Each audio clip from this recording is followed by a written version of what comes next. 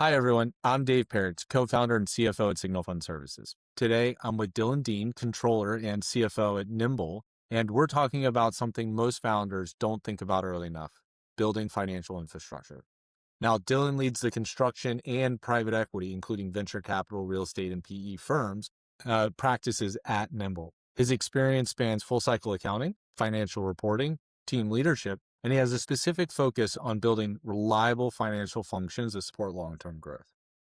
Hey, Dave, happy to be here. So we're going to dive into what it takes to launch a business, how to scale it once you've gone from 0 to 1. We're going to think about the financial systems, the operational processes, the reporting structures, and the technology that actually supports your growth. The reality is most businesses don't struggle because of lack of ambition. They struggle because there's just too much to do and not enough time to do it. So Dylan is here to join us and talk through some of that today. Yeah, definitely. Yeah, I think a lot of businesses they struggle because the foundations of those financial operations that they put into place weren't built to scale. They were just put into place to see what works at the time. So a lot of things that as the company grows, we'll see is their bookkeeping falls behind, or the bookkeeping that is being done isn't clear, or it's not useful for the management team. Their technology becomes a risk because either there's not strong controls that talk in between each other, or there's just not Mm. strong data security. And a lot of times, because no one's looking at all of these systems holistically, teams begin to work within silos, and there isn't that feedback loop of data. So I think it's really, really important to have the right structure from the get go. So that way, the processes that you have are going to support the next stage of where your business is going. Great. Yeah, that makes a lot of sense. I mean, I think that's exactly what we're going to dive into today. And when you partner with a firm like Nimble, who does some of these early business services, it really helps your business kind of accelerate growth because you kind of remove some of that operational debt you may incur if you don't really understand your numbers. You're always missing deadlines for reporting out to the regulatory authorities or to your investors. There's always something that's keeping you from kind of actually achieving. And ultimately, when we start a business, you have the opportunity to kind of set that clear, good foundation and then build up from there. So we'll dive in and we'll get started with kind of our first topic, which is what do you do after immediately starting a business?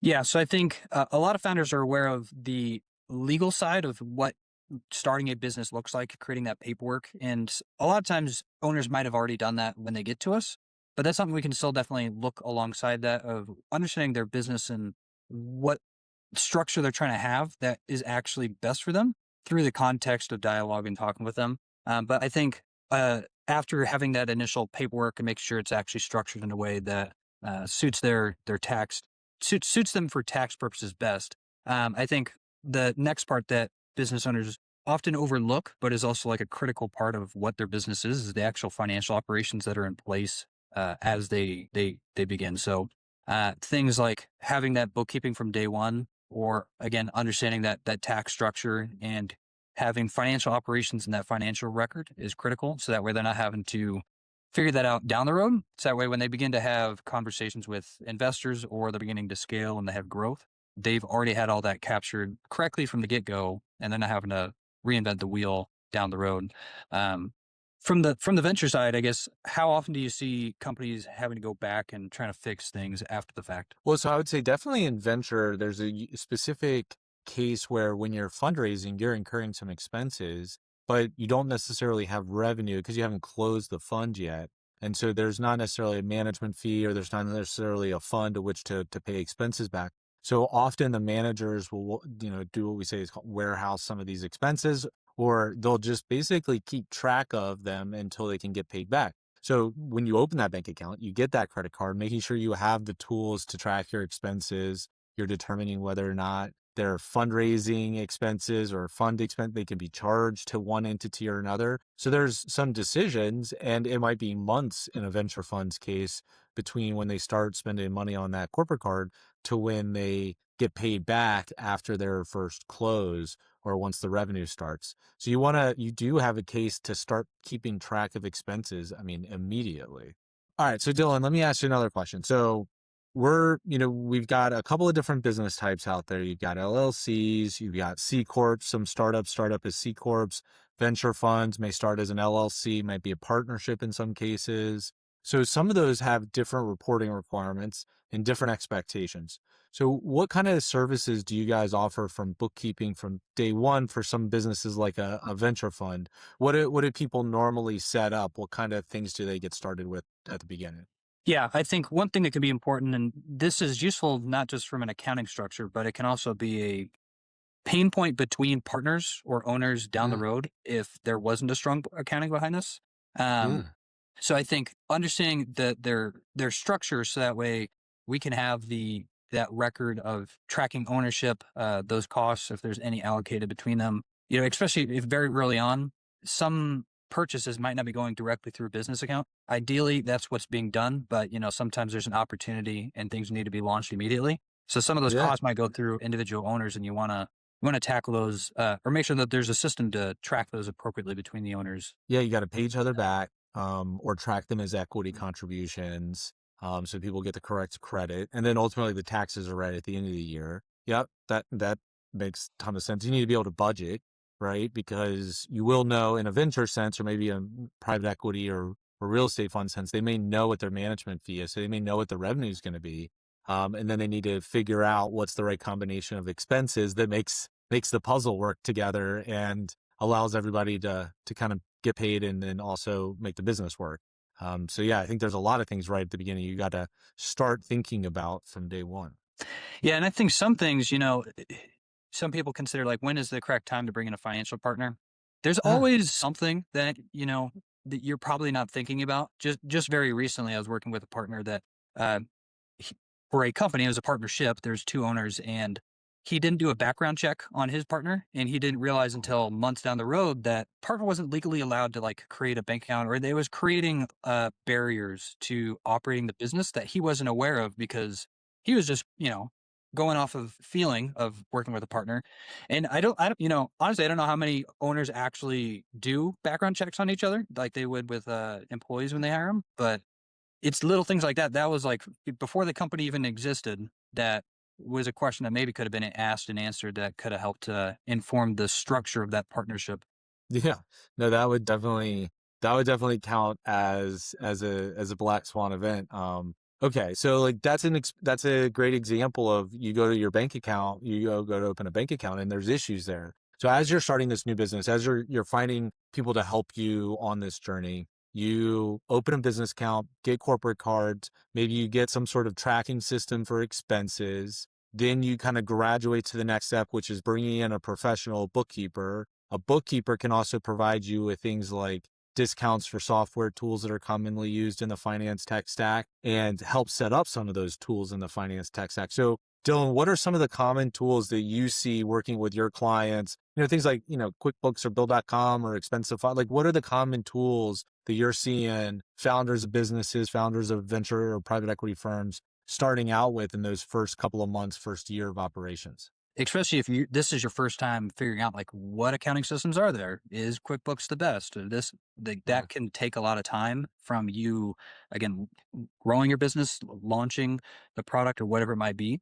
So a lot of the initial systems that we'll set up are an accounting system, which typically is QuickBooks, but we work with a number of other ones. And a lot of this too is contextually is as we have conversations with the owners, we'll have some default programs that we think might work best, but then through that conversation, we might then understand where other softwares that might provide better solutions for them specifically. So setting up a system like QuickBooks, integrating their bank accounts to a system like that, making sure they have a strong expense reporting function. So if they have credit card spend, using things like Expensify or Bill Spend and Expense, putting in systems that can have a strong controls around their outgoing money through their accounts payable. That could be Bill.com or Ramp, or it could be another system that's maybe native to them specifically. So like construction, it could be Builder Trend.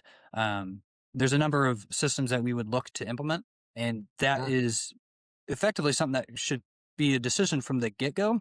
And that could be again a decision that might take a founder a week to figure out versus just in a short, 20-minute call with an owner. I could immediately know these are going to be some solutions that are going to work for them, and then they will also scale with the goals that I understand that the company has and what their operations are going to look like. And this also feels like one of those things where, you contemplate, is the juice worth the squeeze, or will I get some sort of recognition or benefit from the extra work of reinventing the wheel, so to speak. And I think for a lot of this financial tech stack stuff, that's not necessarily the case. You don't get a lot of extra benefit from either your limited partners or the founders or the customers or whomever. It's, we've solved a lot of these types of problems around accounts receivable, accounts payable, around banking and corporate, and credit card management. We've solved some of these problems, and there are great tools. And so relying on someone like Nimble or, bookkeeping service to give you that advice seems like a great shortcut to just kind of quickly get to the right answer. So my next question for you. So now that we've got some of that basic infrastructure in place, what are some of the good habits or good processes that you try to start out? We're in the crawl phase of the crawl, walk, run. What are some of those basic early good hygiene and good processes that you like to instill with new clients starting out a new business? Having these strong controls in the beginning, if you are trying to implement them later, there's going to be a lot of cracks and things that slip through that maybe you weren't aware of. So one of the first huge things is having a control or approval process around any outgoing money in your company. If it's just a founder, maybe it may not feel as important because he's the only guy that has control over money that's going out. But if they've already hired a small team or there's a few different owners, it's great to have that system of accountability of this is why this money Mm. is leaving and this is the support behind it. And down the road, if you're looking back a year, having that in place is going to be much easier if you're audited or some investors really want to dig down into the history of your books, that you have that support and you're not having to, you know, explain things to an investor, say, let me go back and figure that out. And then it just makes some of those conversations a bit more cumbersome. So 100% having a strong approvals process around accounts payable where possible. The next thing I think would be that expense reporting function. When anyone spends money on a credit card, since that's often going to be a circumstance where it wasn't necessarily approved first and then the spend occurred, like they just swiped that card or they gave it to some supplier or whatever it is to make that purchase. Having that accountability structure after to report on what it is. And this, especially with you have any kind of project tracking to where you might want to track costs specific to projects, that's critical because depending, you could have a material amount of spend going through credit cards that should be tied to jobs. And without that system in place, a lot of that's just going to be lost. I think, translating a little bit of the construction speak there, that makes total sense to me because instead of projects and jobs, we have different funds and vehicles, and making sure that the expenses get allocated appropriately is a big deal. It definitely impacts the profitability of the management company, and it impacts the returns of the funds for all types of private funds. So yeah, that makes total sense. Okay. All right. So you've gotten the basic building blocks in place. You've found somebody, a group like Nimble, who offers basic bookkeeping services. You guys also help with some of the initial IT and like cybersecurity type things that people need when they're just setting up. So like alongside the finance is also the operations. There's a lot going on there. What are some of the infrastructure problems that you guys see companies bump into as they're past this 0 to 1 stage, but they're starting to scale? What are some of the infrastructure problems that you see them bumping into? I think a huge piece is just not ever considering how everything connects to one another.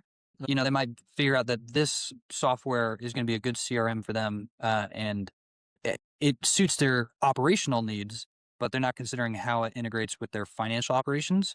And it's important that if it integrates, it allows for a feedback loop. So that way, again, people aren't working in silos. So that way, if something's happening on the operational side, whatever systems they're having is integrating to the financials in a way that can be cleanly interpreted and reported on, can be given to management, and then they can make changes within their operation side. And then again, it's just like a continuous feedback loop. So I think from an infrastructure side, that's I think critical is making sure that everything is talking to all the systems, all the people, all the departments. There's a clean feedback loop around all that. The way I experience it is you get a buildup of expenses, quarter end comes, you're racing to try to get the books closed to report out to LPs. And now all of a sudden you have to go through 600 credit card transactions to try to remember, was this trip for that reason or this reason? Was this dinner with that set of LPs or this prospective set of LPs? And the operational debt just crushes you.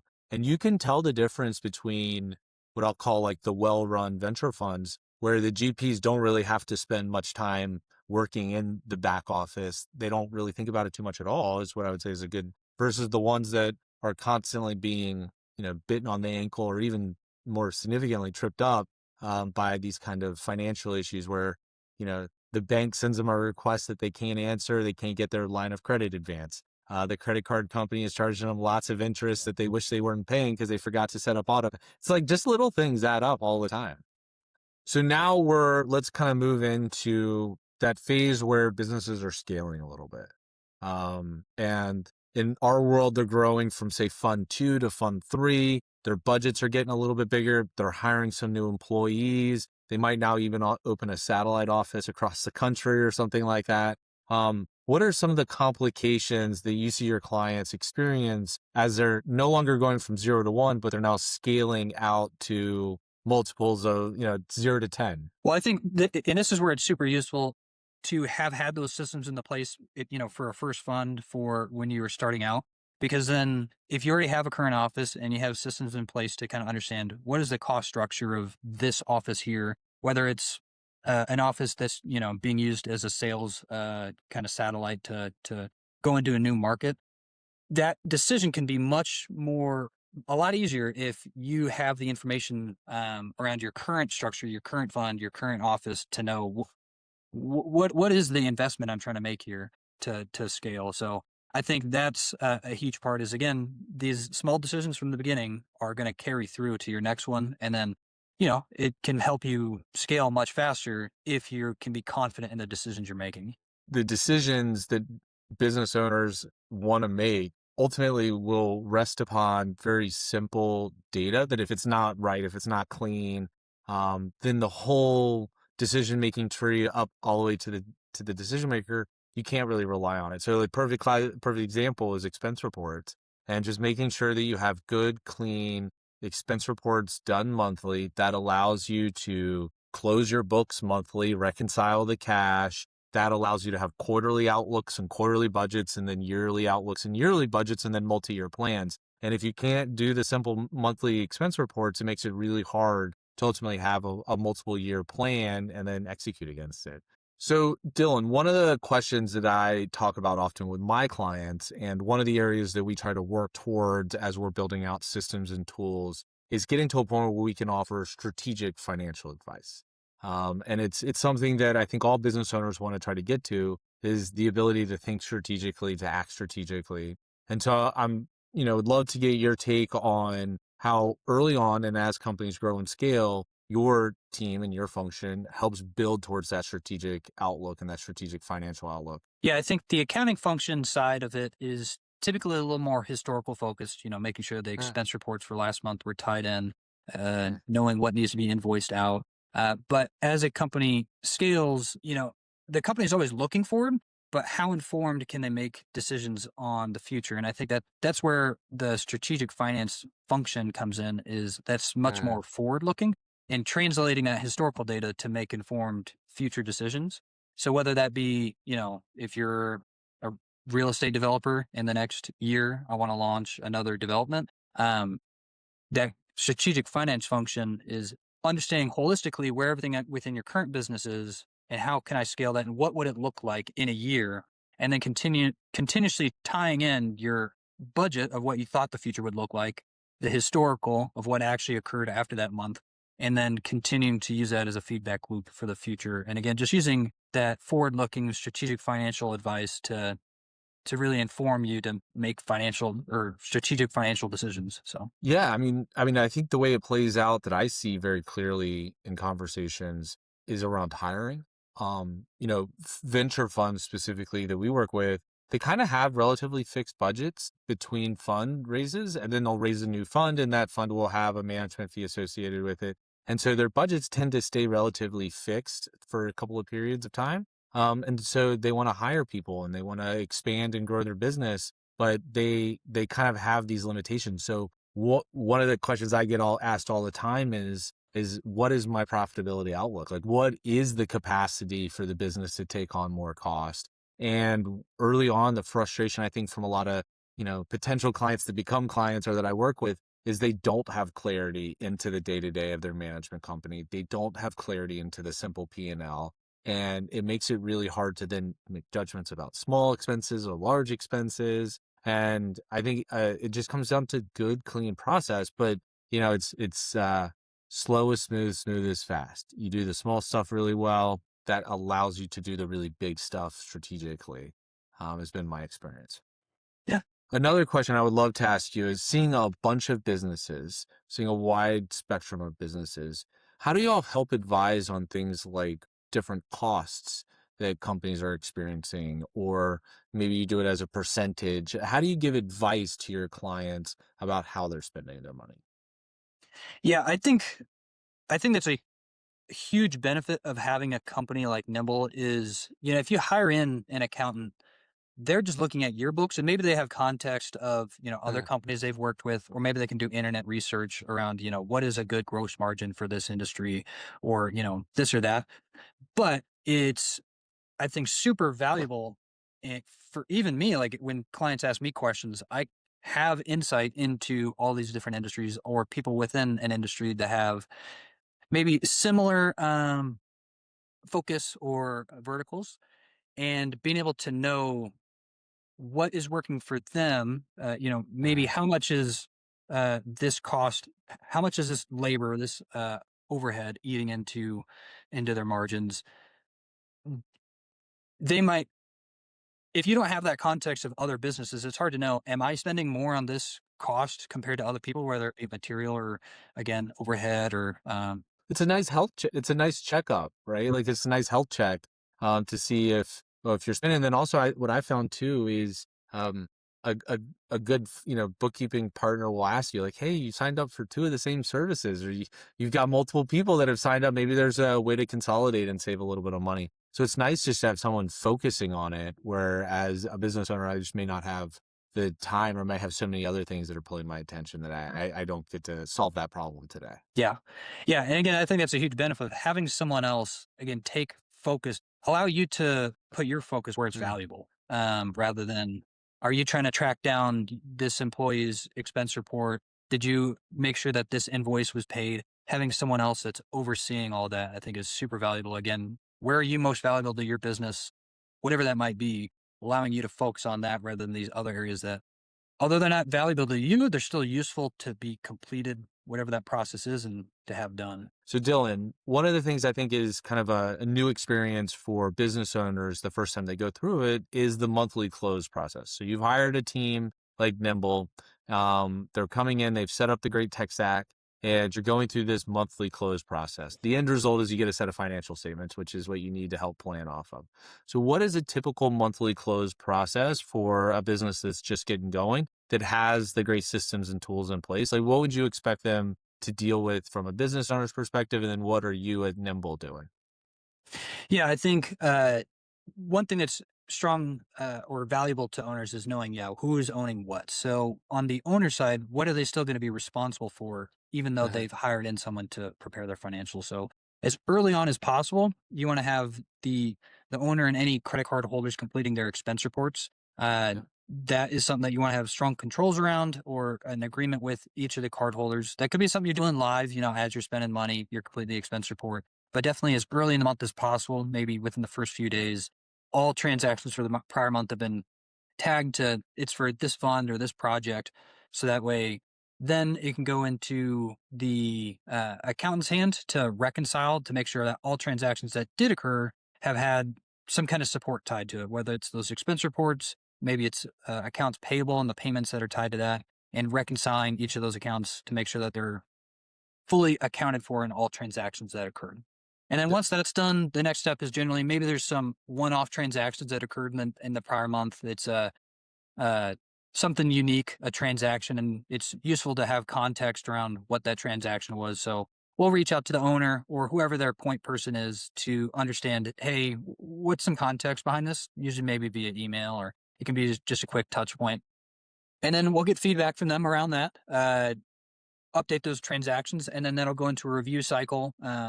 We'll look over all the transactions for the month, again, making sure that the business activity that's occurring makes sense with the context of the owner. And then if there's any feedback loop, we'll see what the processes are, if there's any improvements that we can recommend, but then we'll provide those financials to the owner. So that way they can know that there's that senior level review holistically of all financial operations that occurred throughout that prior month. And that way that the financials that they're looking at are reliable. And then that way, if they're trying to then share those same financials with investors or someone else, that they don't feel like that they can feel confident in that conversation, then they're not being asked questions of, well, did this happen, or, is this reconciled, or whatever it might be. Yeah, I mean, I know as a prior business owner, as a current business owner myself, I'll go through a set of the profit and loss statement or the balance sheet. I'll go through a set of financials, and I will remember the big things that happen. And I can go, oh yes, we paid for that annual software subscription last month. That was very expensive, and I can remember some big things. I do know that there are some just recurring charges, but it is helpful to have a moment to sit down, go through that P&L statement, kind of go, oh man, we are spending a lot of money on this particular category, and then dive deeper into the vendor list to kind of look at it. So it's very helpful to have those financial statements kind of delivered, have a meeting around it, maybe once a month, just kind of review where the money is going to make sure that it is going where we think it is. I think that's definitely a good practice. And then you tie that together. What we do is we tie that together quarterly, and we'll do budgets at the quarterly level and help GPs think about whether or not they're hitting their targets throughout the year. Because, the reality is in our world, people will shift around. They'll not spend some money in Q1, and then they'll have a bigger event in Q3 or Q4. And so they want to have that ability to understand if they can move that money around. So that makes perfect sense. Yeah. Yeah. And I think a small piece too, you mentioned there is like, as you have different projects you're focused on, there might be some operational slush in terms of like, you might end up spending for two different subscriptions that are kind of the same thing, or, again, just having someone that can look at it and give you a succinct, you might know what that big subscription was, but maybe that task of signing up for subscription has been delegated down, especially as you scale, that there's a growing disconnect between you as the owner and potentially things that are going down at lower levels. So connecting all that to a succinct, conversation or email that can then be dived down into further if needed. Yeah. Dylan, let's talk about some of the hidden costs that come from not doing things the right way, right? Or not having the tools and team in place. So in your experience working, let's maybe keep it to venture funds or private equity, what are some of the hidden costs that you see clients experiencing that hopefully you guys help resolve, but they're probably going through some of these costs right now when they're just signing up? Yeah. I think there's a few things. The first one I think is the hidden cost is just the time that the owner could be spending on other things. Like where are they more valuable? And that could be little decisions like, spending half of their week trying to figure out what's a good software solution for this or that. So there's not really maybe a direct cost tied to that, but again, that's time that could have been spent elsewhere. There's other hidden costs that can be hidden in plain sight. With funds, if you don't have a good system in place to capture those costs that could be being recouped from the funds, you're going to be eating those costs unnecessarily. And if you don't have a good system there, you're not even going to know. Like, it's going to be hitting your P&L, it's going to be sitting there, and you're not aware because there wasn't a system to appropriately tag it. So that could easily, continue to get eaten up. What do you think? Yeah, I mean, I see that last one quite often, especially with fundraising with GPs. It's the expense of a future fund that doesn't exist yet. And so keeping good records and keeping track of that allows you to be reimbursed later. And then as you get more complex, you got more entities. You need to keep track of all of these different intercompany expenses that the management central authority, the management company might be paying because it's just easier to do it that way. You want to make sure you get recoup that money quickly, but doing it in an effective, efficient manner also helps make capital calls better. It makes all of the other business processes run smooth when all of the system is working in the regular order and not just one part's broken, right?